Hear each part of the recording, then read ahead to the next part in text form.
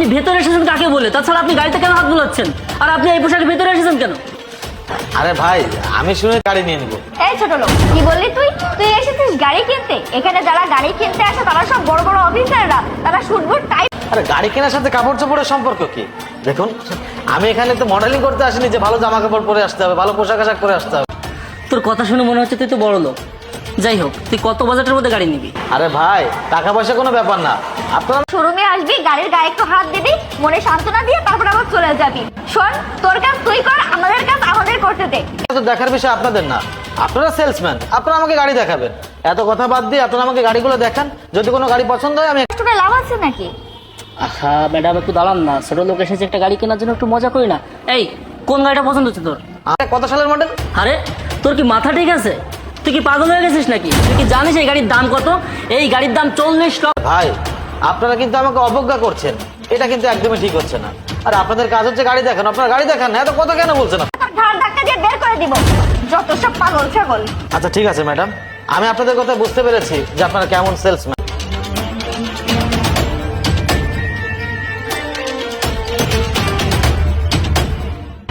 আসসালামু আলাইকুম স্যার, ভালো আছেন?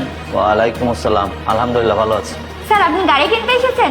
চলুন, আমি বলো, আপনাদের এখানে এসেছিলাম, তবে স্যুট বুট টাই পরা ছিলাম না।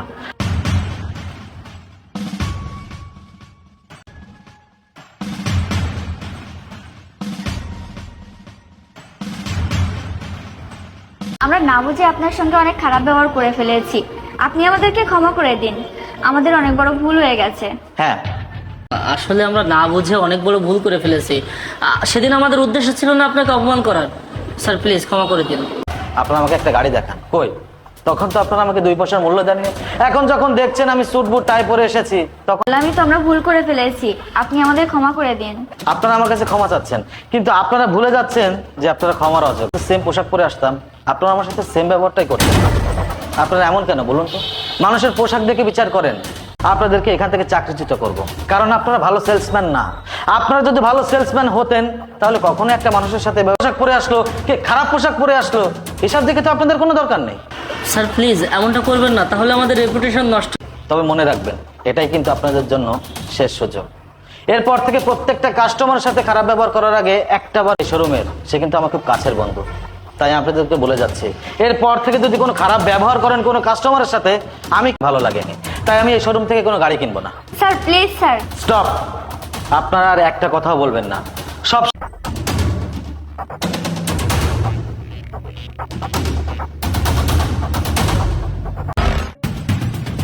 শ্রুতি, এই শ্রুতি, কোথায় তুই?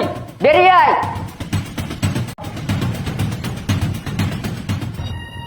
রিয়াদ, তুমি কেমন আছো?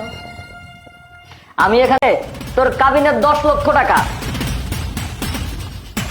1 লাখ, 5 লাখ, 7 লাখ, এই না ডিভোর্স লেটার, এখানে একটা সই করে দে। বাবা, হ্যাঁ তো আমি আমার ভাগ্যকে পরিবর্তন করতে পেরেছি। কি রে, কি হলো? এখনো দাঁড়িয়ে আছিস কেন? এই না, লাভ নেই। ভালোই ভালোই বলছি, তোর টাকা তুই বুঝে নে, আমাকে আর আমার মাকে মুক্তি দে। রিয়াদ, এতদিন আমি মাকে আর তোমাকে যে ভালোবেসে ফেলেছি আমি নিজেও তা জানি না। রিয়াদ, সেদিন আমি অসুস্থ হয়ে যাওয়ার পর। আরে এই সুন্দরী, কোথায় যাচ্ছ?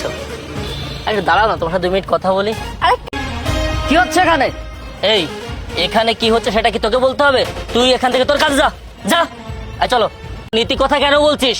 এই মেয়েটা কি তোর বউ নাকি যে তোর হাতে ঠেকে যাচ্ছে? কাউকে বাঁচাতে হলে কোনো সম্পর্কের প্রয়োজন হয় না, এটা নির্ভর করে ব্যক্তিত্ব। জীবনে বেঁচে থাকলে আর কোনো মেয়েকে এইভাবে ডিস্টার্ব করবি না, যা ভাগ এখান থেকে। শুনেই আপনার জায়গায় যদি অন্য কেউ থাকতো আমি সেম কাজটাই করতাম। আকাশে কত তারা। সেদিনই আমি বুঝতে পেরেছি তোমাদের গুরুত্ব আমার জীবনে অনেক। কিসের ভালোবাসা? তোর মতো মানুষের মুখে পবিত্র ভালোবাসার কথা মানায় না। তোর মতো মেয়ের কাছে তো ভালোবাসার কোনো মূল্য নাই। দিনের পর দিন তুই আমাকে মেন্টাল প্রেসারে রেখেছিস। আমি তোর জন্য কি না করিনি? সারা রাত জেগে তোর সেবা করেছি, যখন সুস্থ অবস্থায় তোর সারা বাড়ির কাজ করিয়েছিস, আর ওই মুখে বলছিস ভালোবাসার কথা। দরকার নেই আমার তোর মতো অহংকার। আমি ভুল করেছি, অন্যায় করেছি, আর মানুষ মাত্রই তো ভুল হয়। প্লিজ তুমি আমাকে ক্ষমা করে দাও। সবাই বাবা, তুমি একটু রিয়াদকে বুঝিয়ে বলো না, আমি ওদের ছাড়া থাকতে পারবো না। আমি এখন কিছুই করতে পারবো না। আমি তোকে বাবা, তুমি এসব কি বলছো? যা বলছি আমি একদম ঠিক বলছি। রিয়াদের জায়গায় যদি আমার কথা না শুনলেও আপনার কথাও ঠিকই শুনবে। আমি আমার ছেলের কথার উপর কোনো কথা বলতে পারবো না। তোর মতো অহংকারী মানুষের পাশে কেউ নেই, এটাই হবার ছিল। আর এই দিনটা দেখার জন্য আমি দিন রাত কঠিন পরিশ্রম করে গেছি, আজ আমি সফল। চল।